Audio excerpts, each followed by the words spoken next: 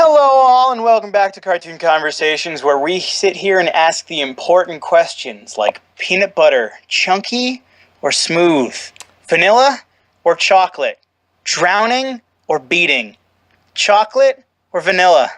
Definitely, they're all legitimate and okay, and none of them should be questioned, and you should never call the cops on us for doing these things. Except I will kill anyone who says creamy. Die, creamy people, die! You're just gonna ignore the thing I said in the middle? You really have to stop letting me do the introductions. Yes, I am. So, continuing on, for all you apparently chunky people, because I think I offended the creamy people too much. I think we offended everybody. We certainly offended anyone with good taste. By making this. Yes. So, ouch. We're doing episode 15 of Justice League Unlimited, The Ties That Bind. We sure are.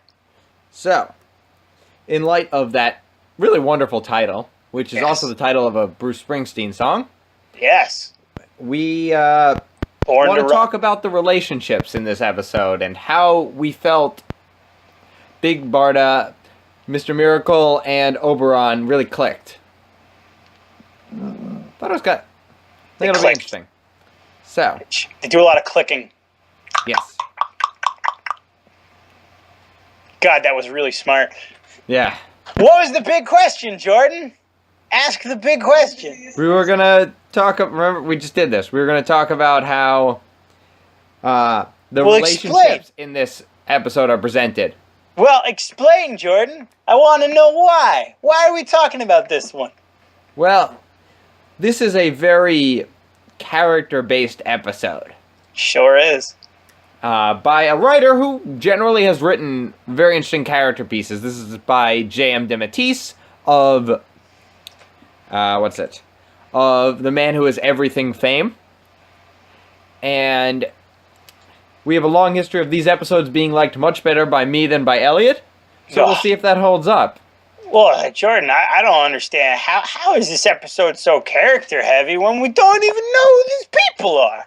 What are we doing here, man? What is this, some kind of Naruto stuff going on? I don't know who these people are. Well, that's what makes this episode kind of interesting, that they took a real risk here, that they're betting that they can make us like these people enough in one episode to be worried about their moral quandaries. Oh, they challenging? They're making a bet? Yeah. They're making a bet with the quality of this episode. I'm willing to make a lot of sacrifices to bet on. And it's okay. That's what my initial thought. Oftentimes on my episodes, I've ended up liking them a good bit more after talking about them, but we'll see with this one. I only took like 3 pages of notes on this. Only 3 pages? Yeah, I normally take like 8, so... Oh, man. I've only taken, like, no pages whatsoever, and I'm just winging the crap out of it. But, that's fine. Well, Okay. We each have our own style. Yes, style. I tried doing your style once, and it just wasn't a good episode. So, yeah, that's why the last episode of Season 1 kind of sucked. Sorry about that, folks. You're apologizing. Well, I did a shitty job. It deserves apologizing. Yeah, of course. So, continuing on. Starting. with the episode breakdown. We open on 2 people locking up a third on railroad tracks. But tragically, none of them have curly villain mustaches. Oh, yeah, right? Doesn't that just suck, man? I hate it when there is a lack of curly villain mustaches, but we persevere as we learn that he is in fact not a damsel in distress. Yeah, like where's Dudley Do-Right when you want it? Or Snidely Whiplash, that's it. Yeah. But he's an escape artist named Mr. Miracle, and his girlfriend, although we later find out wife, is Big Barda. And his mentor, and the second person is his mentor Oberon. To imagine Oberon, think of the mentor in Hercules, the animated movie. Right. That should give you a pretty good idea of what he looks like. Was it voiced by Danny DeVito and some kind of... I don't actually know. I don't think it was anyone famous. Yeah. Oberon Dick Miller. I don't know who Dick Miller is. Yeah. Yeah, no. I don't really know anything about Well, him. no, from the original Hercules, what's his name? That Oh, yes, that was... that little pudgy meatball with hair. Danny DeVito. Yeah. Yeah, this Dick Miller guy is like a B-movie horror actor. So... He's got a bright future ahead of him. And so do we. Am I right? High five. High five. There we go. Okay. So... It's sadder when you do it alone. Yeah, it really is. The really sad thing is that I extend my arm towards the computer screen. You did? I give myself a high five. Okay. It's really good moments. Please don't leave, Jeff. The one guy. Yeah. Also, we're ridiculously popular in Canada. Thanks, What? Canadians. We're Yeah, like ridiculously... 75% of our views come from Canada. Oh, so like 2 people? Yeah. Oh, fantastic. So, let's see. So they set up the big death trap. Then Yes. a plane drops a... A helicopter, Jordan. Sorry, you're right. A helicopter God. drops a train on Mr. Miracle. Yeah. Which begs the question, why did they do this on railroad tracks if they were just going to drop a train on him? I think that was the point. Like, that was the joke. It was moderately funny, if that was the joke. You know, I feel it's like they didn't even know that was gonna happen. Only he did, and like that was his prank to them. They're Yeah. like they're waiting for the train to come, and oh look, the train is helicarrier being dropped in, and fuck you, Mr. Miracle, you causing me to have a heart attack. That's what Big Bertha's probably saying. It's like, Jesus Christ, how could you do this to your wife, man? Seriously. Yeah, it's kind of cruel to make the people you love think you're dead. Yeah, to A tie little you bit up. cruel. I mean, it's kind of, like, I don't really mind it because you should really know. Jeez. When you're dealing, here's the thing. When you're dealing with a guy named Mr. Miracle, you should know he's not dead. I'm sorry. Like, you should kind of figure it out from the name. Right. So, Mr. Miracle. continuing on, they do that. Then, Granny Goodness comes out while Mr. Miracle and Big Barda are celebrating his not death. And she says she's kidnapped Oberon and is blackmailing them. I just, like, Because she's a badass. Can we take a moment to, like, understand Granny Goodness? Because we've never seen her before. This is the first time we've ever seen Granny Goodness. Oh, And yeah. she is weird. She is weird looking. I love Granny Goodness as a villain. I think she's fantastic. Her shtick is that she is so evil, Yes. so brilliant, that she doesn't even have to act evil. She can act like your sweet little grandmother and still be terrifying. Because in her sweet little grandmothery voice, she's going to tell you about which organ she's going to disembowel first. Yeah, pretty much. And then... She literally was like sort of starting to talk about that. She's like, no, I'm gonna send him to you in like several boxes. Yeah, it's like I'm going to send you him piece by piece. Piece by piece. She is just the right amount of camp and terrifying to Fucked make up. her a great villain. I think the whole apocalyptic sort of delight in evil is a really effective storytelling device. I guess. I don't know. A really effective device for making villains scary. Right. I think our villains here just take a unholy delight in evil. That really makes them very effective villains. Yes. An unholy delight in evil. Yeah. They are super jonesing to be evil, man. They really are just, super jonesing. They just love that stuff. Oh my god, it's like candy to them. It is. So, Yeah. then we hit the credits. Granny Goodness explains that Apokolips is in a civil war after Darkseid left, and she doesn't control his son.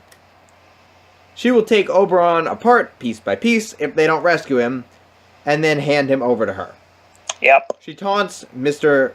Miracle about his past as her slave on Apokolips, which seems like a great way to get people to help you, I guess. Where he's the only person ever to escape. And now we cut to the Watchtower. Watchtowers. Yeah, Watchtowers. 8 again. Yay. You're super happy about that. And I love every time that you're like, Corp ridiculous. stock has gone up. Oh my god, Jordan. Okay, it makes me happy. You're adorable. I like counting the Watchtowers. I don't like counting about how much it must cost and how much that would mean sorry, not Bill Gates. That would mean Bruce Wayne owns. Okay. So, moving past the 8 Watchtowers, Big Bertha and Mr. Miracle go to Martian Manhunter for help. The Flash offers his help, but they want Superman. Oh yeah, Let's right. be honest, who doesn't? Unless you've got an S on that chest, we don't care. I think that's literally what they say. I mean, in their defense, Superman's probably the only person to survive Apokolips. Yeah. With some regularity. Batman did at one point, and it was pretty crazy, but I don't think that's really canon. awesome. Oh my god, yeah, he threatened Darkseid, and he got away with it. Yeah, dude. He out-friggin' manned Darkseid. It was awesome. But that's actually not in this universe. Yeah, it's unfortunate. The Batman of this universe couldn't pull that off. Oh yeah. Doesn't have the cojones. No, he has the cojones, but he doesn't have the power. The power. Batman The power. versus Darkseid in some comics is a fair fight. Power of the power of the power. But in this one, it is not. I mean, they depowered Batman a bit, which is fine, and it makes all sorts of interesting character stuff. But it also means he doesn't stand a shot against Darkseid. Foodstuffs. Yep.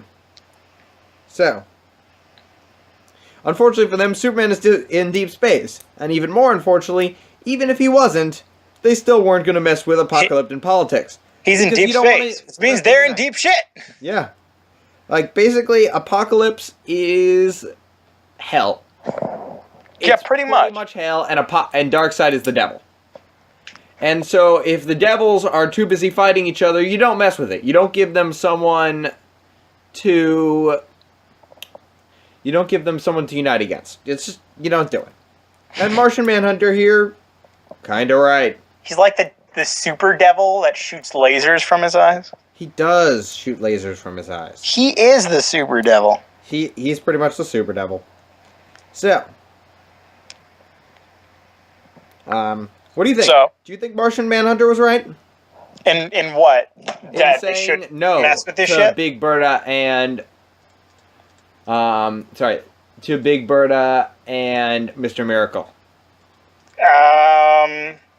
I understand where he's coming from. Yeah, he didn't understand the situation, and he didn't want to get involved in like this massive power struggle.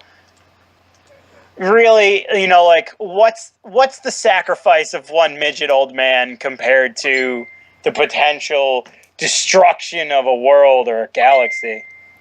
I really think you're right that every moment they're fighting each other is a moment they're not invading Earth. Yeah. And that's what Martian Manhunter has to keep his eye on, and, maybe he could have been a little bit more sympathetic. Maybe he could have tried to rescue or authorized a rescue of Oberon, but I don't know. That's a big risk to take with a lot of people's lives, and I just don't think the JLU is willing to do that. Yeah, and I respect that. Yeah. There's what's the term for it? High risk, low reward. Pretty much, yeah. And he can't risk superhero lives for Oberon, who seems like a wonderful guy. Yeah, dude's probably got like Alzheimer's, and he's gonna die by forgetting where he is and falling down the stairs like sooner or later. But yeah, we don't need to sacrifice people for him. God, I feel awful about saying all that, but you know what? A little bit. I do it for the fan. Let's see what the fan has to say about every time. Gets you every time because it makes you sad. Understanding the truth. I do this for fun. So. A hero for hire. For casual. Yeah. For fun. That's what it was. Have I shown you One Punch Man? Yes, you have. Okay, good. Because if I didn't, I would feel so bad about myself. It's got an anime now, and it's awesome. Oh, okay. That's fun. Oh, yeah. So Big Bertha storms out, taking a little bit of the door frame with her, I guess souvenir. And the Flash talks to Martian Manhunter about helping them, and he's basically told he's an idiot for saying that. Yep. Which leads to our theme. If you've seen Justice League Abridged, basically they spend a lot of the time making fun of the Flash for being stupid and being like the juniorest member. God, I've never seen that. It's actually not brilliant, but it's funny. So, it's not as good as Superman, the Abridged series. Now that's a funny series. So, the Flash. Yes. Is basically told he's an idiot, and then he sulks off. But Martian Manhunter made a little mistake. Because he shot down the Flash so much that the Flash went then to help Big Bertha and Mr. Miracle. Right. What do you mean? What? No, I'm just agreeing with you. Oh, okay, yes. So, saying, yes, this is a thing that happened. Now we jump to, what is it? Is it Vermin Wunderbar, who is Granny Goodness's competition for Supreme Ruler of Apokolips. Wunderbar is torturing Kalec's son. To imagine what Kalec looks like, think Lieutenant Worf, who is not coincidentally the voice actor who plays Kalec. Right. So, I thought that was a really cool cameo. He sounds just like Worf, too. It's awesome. So. He's got that nice, deep voice. Yeah, he does. So. In the X-Pit, which is not in the X-Men universe, he offers Kalilek cake if he serves him. But Kalilek can resist even the wiles of cake. Oh, right, yeah. So, Wunderbar tortures him more. Yay. The wiles of cake. Good moral victory there. So, now we cut to Granny Goodness's headquarters, where she is threatening to kill Oberon, and he is being a salty old man. Which makes me like him more. He kind of nice and pretty much spits in her face. What did he say? He said he pretty much spits in her face. Yeah, he's like, yeah, you stupid bitch. Yeah, he pretty much spits in her face, and he has this remarkable faith in Mr. Miracle and Big Bertha that's really sweet. Mm-hmm. So it was nice. Now our trio of intrepid heroes, Big Bertha, Mr. Miracle, and the Flash, arrive on Apokolips. They're immediately attacked by guards riding giant dogs. The animation here is pretty cool. I love the design of the dogs. They look like just kind of oversized dogs, but blue. Which is pretty cool. They also explain why they don't boom. They just boom Oberon out. The Flash is wisecracking, and Big Bertha and Mr. Miracle are not appreciative of his taking their best friend's life lightly. No, they are not. Not at all. It is a suck thing to do. How dare you do that? In his defense, I'm not sure the Flash has ever been serious in his life. But him not acting serious doesn't change the fact that he is very serious about what he does. And he's actually a very good superhero, as we'll see in Season 3. So, then they open up the X-Pit, but it's different from what Mr. Miracle remembers. But it's different. And now we get our second flashback of the episode, as Mr. Miracle is with Granny Goodness, being punished for trying to escape. This leads to him deciding to go alone into the X-Pit in modern times. Big Bertha talks him down by pointing out that they're married. Also, the Flash is going because if you're taking one, you might as well take both, I guess. Yeah. So, Wunderbar watches them on camera and laughs, imagining their death. Wunderbar. Wunderbar. Wunderbar. So, our trio runs into the X-Pit. Flash says, "You grew up here." Big Barda tells her backstory. She was a gladiator for Granny Goodness before Mr. Miracle unbrainwashed her. And unbrainwashed her? Well, because she was brainwashed by Granny Goodness, and he brought her back to common sense. You know, things like, hey, fighting to the death. Not fun. And other such. Fighting to the death. That's a no-no thing, kids. Yes. Don't do that. Cruelty and murder. Also bad. No. Yes. So, she gives him a pretty sweet look. It's actually a really nice moment. But it also reminds me that the animation in this episode is not nearly as good as in the previous couple episodes. I think they went a little cheap on this episode. Because it doesn't look as crisp as it normally does. Crisp. Yes, crisp. I don't know production details, but it doesn't look as good in this episode, in my opinion. So, they do that, and they're attacked by robots now. Doesn't that just suck? Yeah. I mean, they're superheroes. They kind of fight robots all the time. The Flash is excited to fight robots. I really like the fact that none of these villains have, like, legitimate henchmen. They're always just, like, robots so that they can show the heroes being as violent as possible. That's just a great Saturday morning cartoon staple that I love.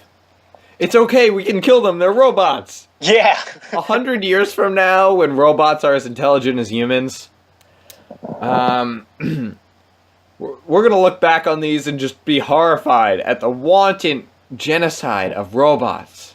Did you ever watch Rick and Morty?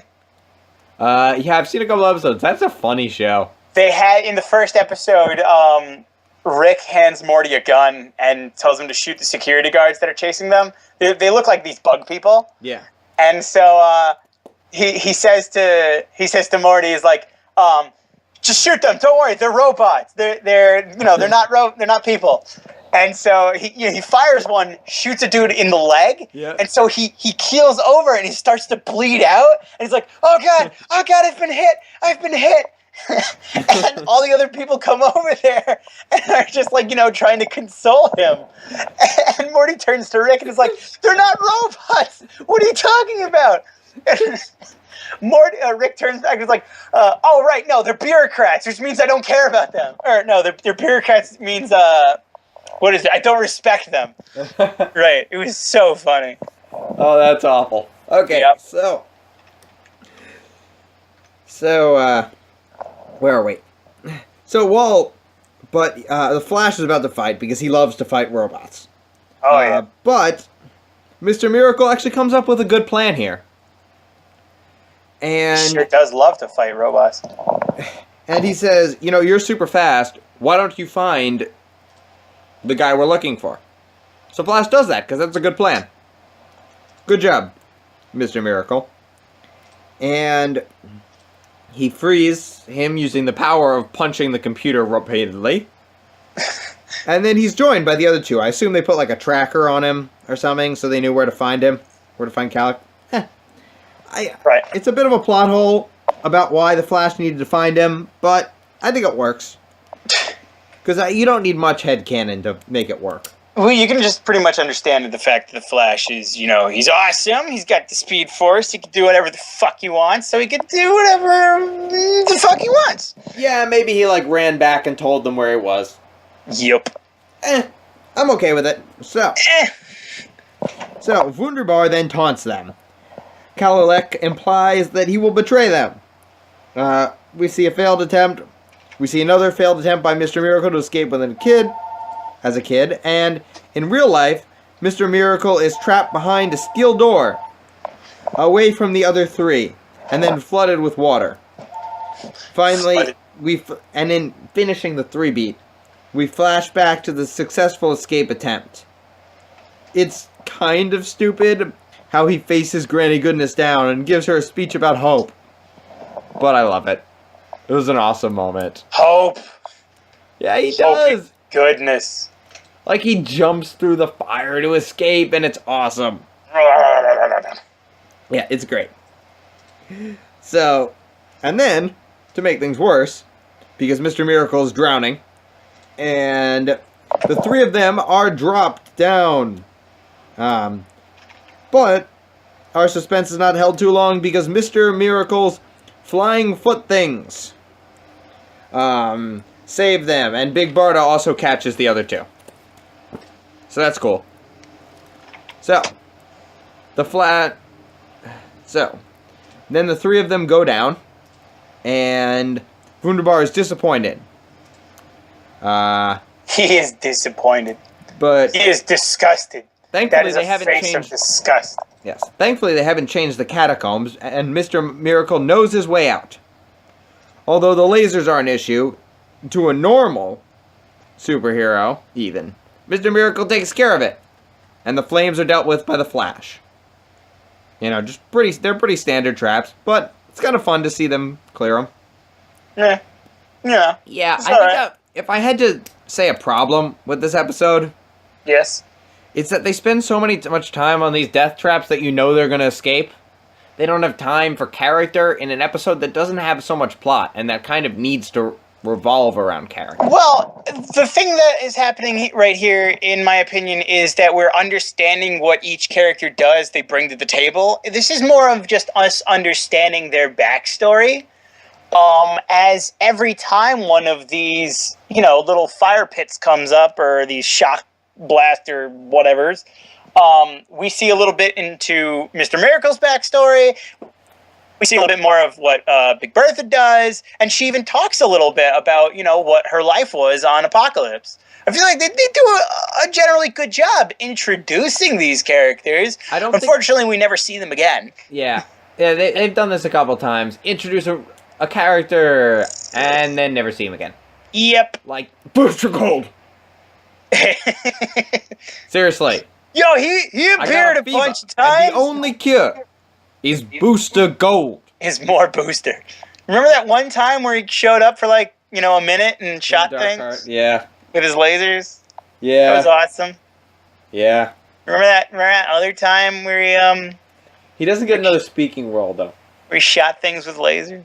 Yeah. He might grunt every now and then. Maybe he grunts. It still doesn't fill the void. Yeah, we need more Booster Gold. Yeah, we do. But thankfully they're making a movie. Get on that, America. Yes. So. And then now the third challenge, Kalalek and Big Barda take care of the masses of soldiers that attack them after they get through the traps. So, Wunderbar, seeing that he's going to lose it, blows it up. Loses his shit is more like it. Yeah. So, we cut to Wunderbar driving away in a sports car, and I think it's so awesome he's a flying sports car. I love that. It's fantastic. A flying sports car. He's a flying sports car. And it's red. It's fantastic. And the place blows up. Then, our next scene is we cut to all four of them coming out of a boom tube to meet Granny Goodness.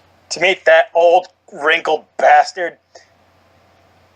Oh, wait, I wanted to say one thing. Yeah. I totally forgot. When the whole place was blowing up, when, Mini Napoli Hitler, whatever his name is, when he was, just blowing everything up, it was so funny because it kind of crumpled at first. I was like, I thought to myself, oh, that's not that big of an explosion. And then it absolutely nuked. Yeah. The whole place just kind of erupted. It was so funny.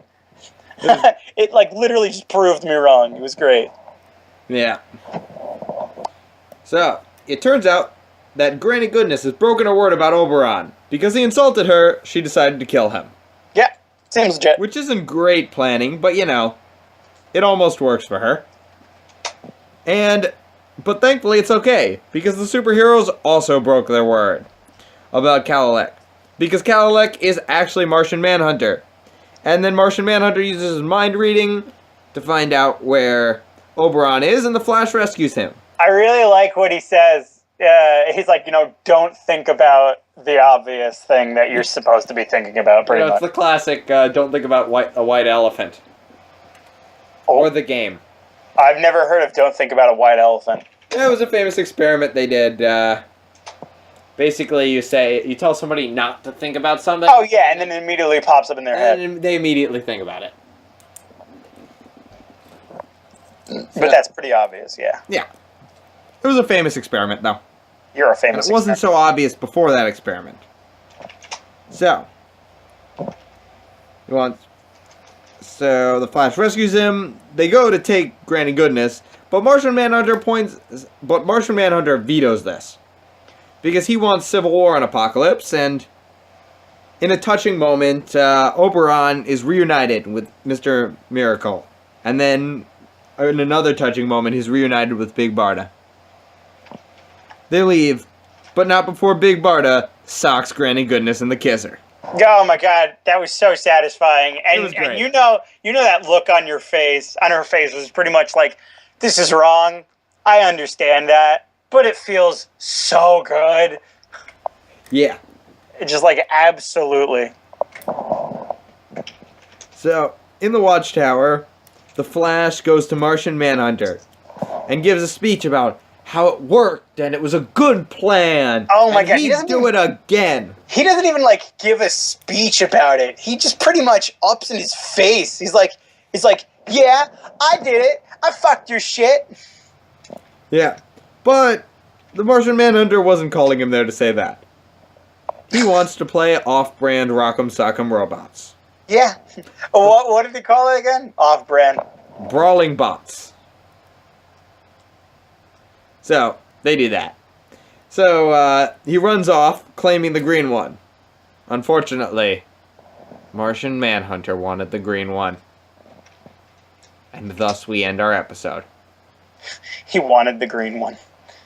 Which, I shouldn't like it, but I love that ending. That's a great joke. It's one of the better jokes I've heard this week. I wanted the green one. I wanted the green one. I wanted the green one. Because Martian Manhunter was always such a serious character. I just love it. It is cute because he just you saw him do that one little act of kindness. Yeah. In the sense, he kind of gave it to what's his name? The Flash. He's like, don't worry, I'm totally accepting of your thing because you did well, and now I just want to play a little game with you to make you feel better.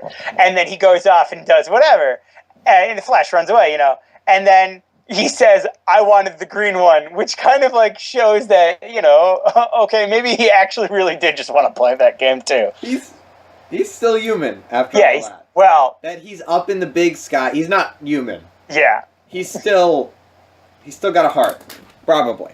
Yeah, there you go. It's not human. He's got a heart. He's got a metaphorical heart. He's got heart. So, that was nice. I also want to talk about the great plan they come up with.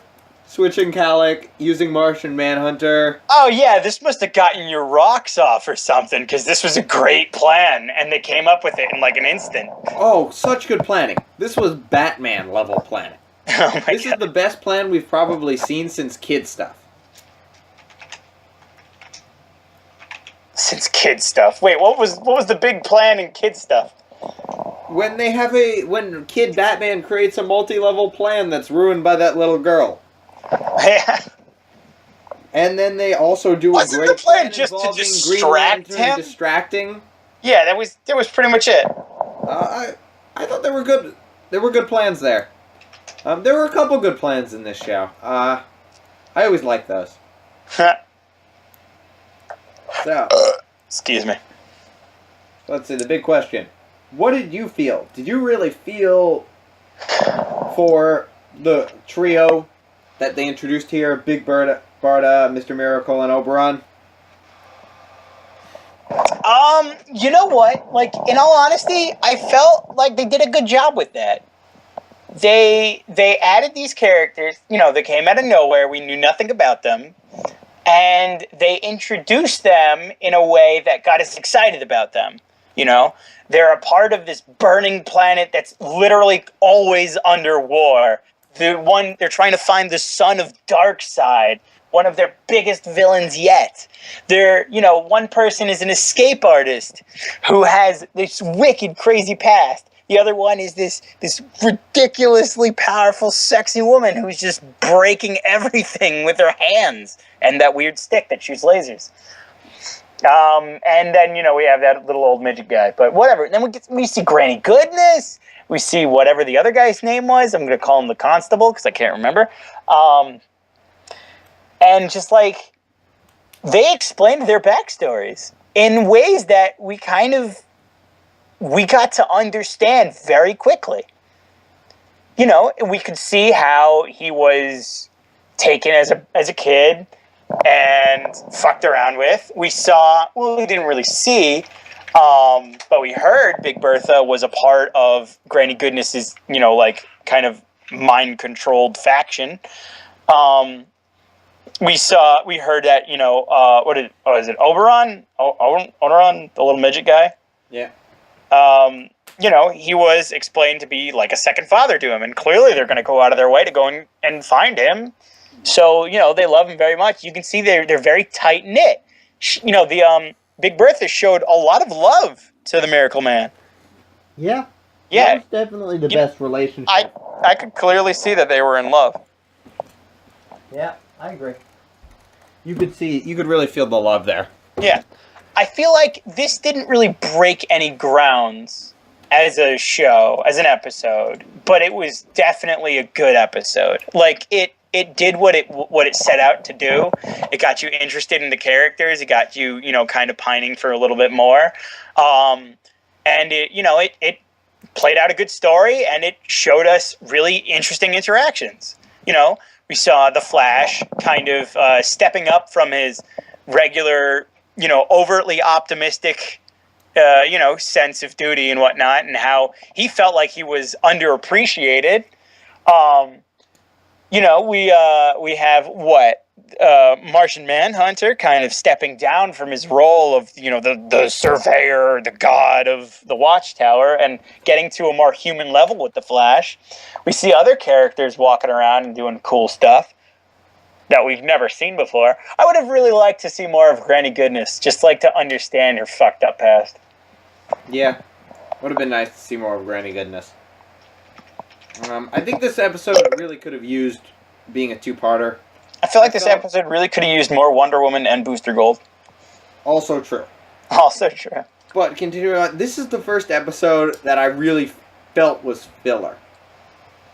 That I think everyone had what I'm going to term it Red Ranger syndrome.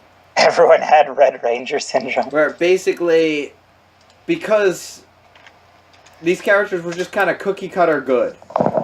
And I never felt worried that anything was going to hurt them. That, this X-Pit was so dangerous. I really only scary, think but that I never really felt Miracle Man was the only cookie-cutter good guy. Okay. Because, clearly... but he was the only character of the three of them. Well, Big Bertha, was a hothead. But not enough to fill out her character. I wish we'd gotten a couple flashbacks of her as a gladiator for Granny Goodness, and maybe after Mr. Miracle escaped, him finding her and taking her with him. I don't know. I really feel like we got enough of her. Not like to say that we couldn't have had more, but I feel like we had enough to really understand her. We saw that she was very a physical character, always going into violence quickly, but that was her style. And she was, sort of calmed by, by the Miracle Man. Yeah. And, like, that's, in its sense, that's character. It may not be much, but it's defining. This is her definition, where we understood what she cared about, we understood how she worked, and, we understand what drives her. I guess, but in other episodes, I feel like they've used their time better. Like, normally we have roughly the same ratio of fight scene to action. Sorry, not fight scene to action, sorry. Fight scenes to character scenes. But normally we get animation. I don't know. I really disagree with you. And during the character moments that speaks volumes and that really develops the characters through their subtle motions.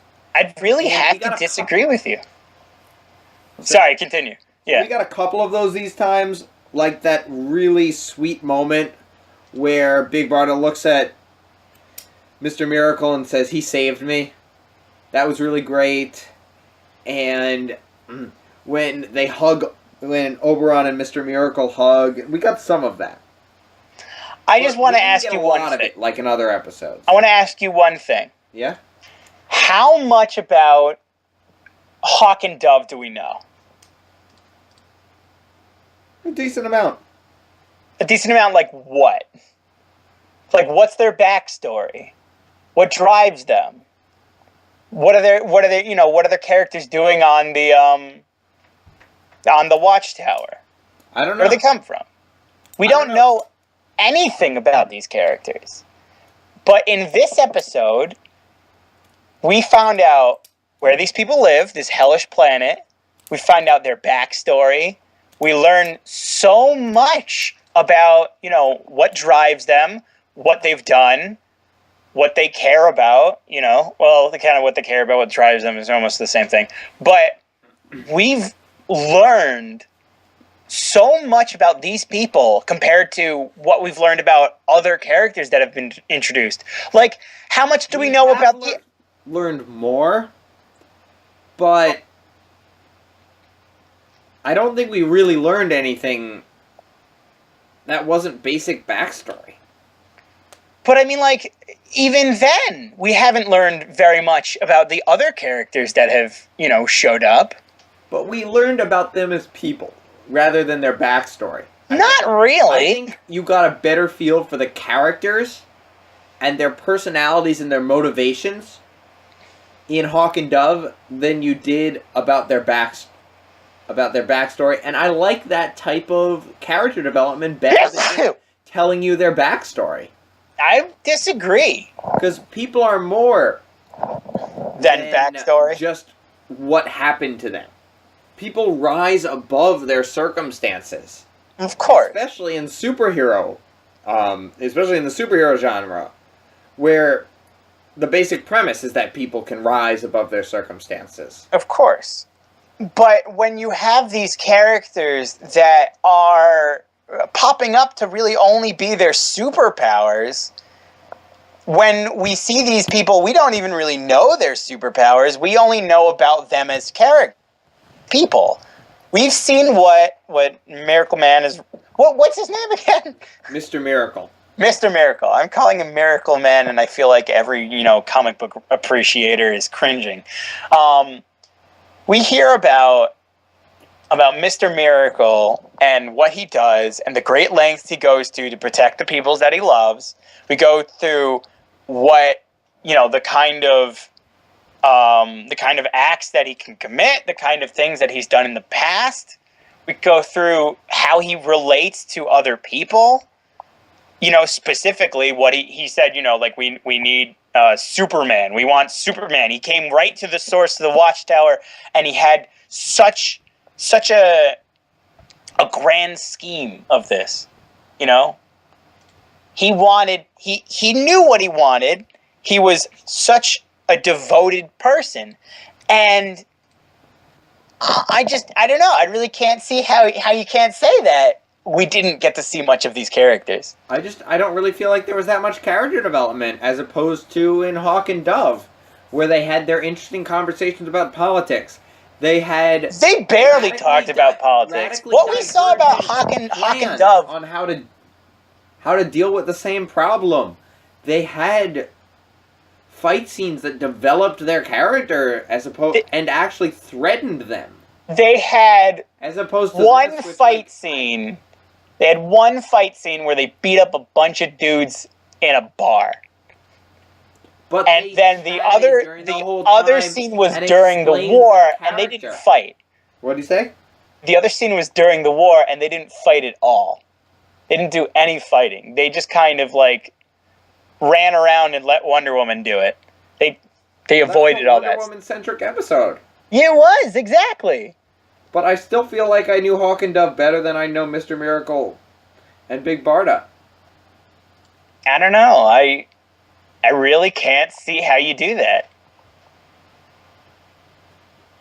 If I watch that Hawk and Dove episode, I might pick up a Hawk and Dove comic. I don't care about Mr. Miracle. I guess you don't, but well, okay. I liked the Hawk and Dove episode better than I liked this one. But coming from a creative standpoint, literary and whatnot, and analyzing it, I'd say that we learned much more about Mr. Miracle, Big Bertha, and Granny Goodness than we did about Hawk and Dove combined. I'd say we learned more about these guys than we did about Booster Gold. Because we learned that Booster Gold came to the future to be famous. And that's it. No. We learned about his character and how he interacts with people. And definitely, that's well and good. But we've only seen him interact with like two people. Really, truly interact with two people. I feel like we see a lot more because of the fact that they were in a group.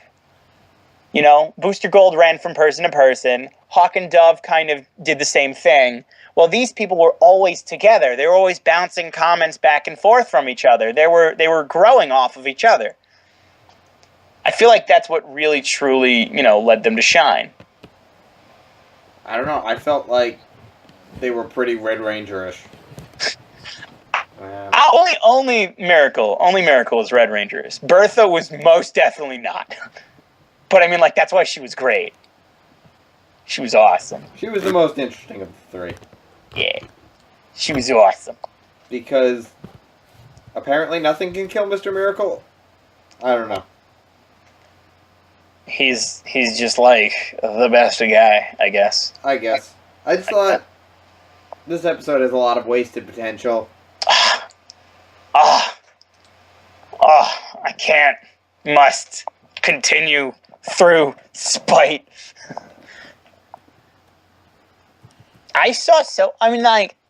It's wasted in the fact that we never see these characters again, but that's because Apokolips is a whole other world. But I feel like they had a very good, we learned, they had a very good representation of what was going on here. No, I didn't find it compelling or interesting, to be honest. You're not compelling or interesting. Yeah, all right, to each their own. Everyone's entitled to their own stupid opinion, so there you go. Okay, so now we're gonna put this episode on our list of our favorite Justice League Unlimited episodes. Ever. Yay! I think we know where it's gonna go for me. It's number 14, the last. The last one. And it's probably going to stay. Not that this is a bad episode in any way. You're adorable. The worst that I can really call this episode is okay. It's not really bad in any way. And when you take risks, and this episode really did take a risk, and it just didn't really pay off. But credit to the writing staff that when they take a risk and it doesn't pay off, it's not really disastrous. You're disastrous. I don't really feel like this episode was a problem because it played it safe. I think this episode was just a problem because some risks didn't pay off. I I'd still say it would be around the middle for me. Right. Well, a middle, lower half of the middle. Here, I'll share the screen so you can see. All right. Grazie, mi amigo. Okay. Where do you think you should put it? Oh my God, can I see this? Oh, here it is. Brr, brr, brr, brr, brr. I really gotta reevaluate these things. I also like how this little piggy's at 6. It's one of my favorites. This little piggy is such a good episode. It's actually at 6 for both of us. I really feel like it's very hard to. The same thing with Hawk and Dove is at 9. Jeez. Hawk and Dove is a good episode. Yeah, but no, it's not. It's so hard to really, judge these because of the fact that each episode is great. Each episode is so much fun to watch. I feel like I might rearrange them, after I have a bit more to think about. I want to put. Maybe we could do that. I want to put this. I want to put this underneath Hawk and Dove, actually. Underneath Hawk and Dove. Yeah. I'd say it was a better episode in explaining character development, but I just enjoyed Hawk and Dove so much more because I like those characters more. I've never really, been interested in Mr. Miracle or Big Bertha or Granny Goodness. I mean, you know me and how I feel about Granny Goodness, but I just I like Hawk and Dove more. I think they're funnier characters. I don't know about them, but I don't really care that I don't know about them. I just like their design. Yeah.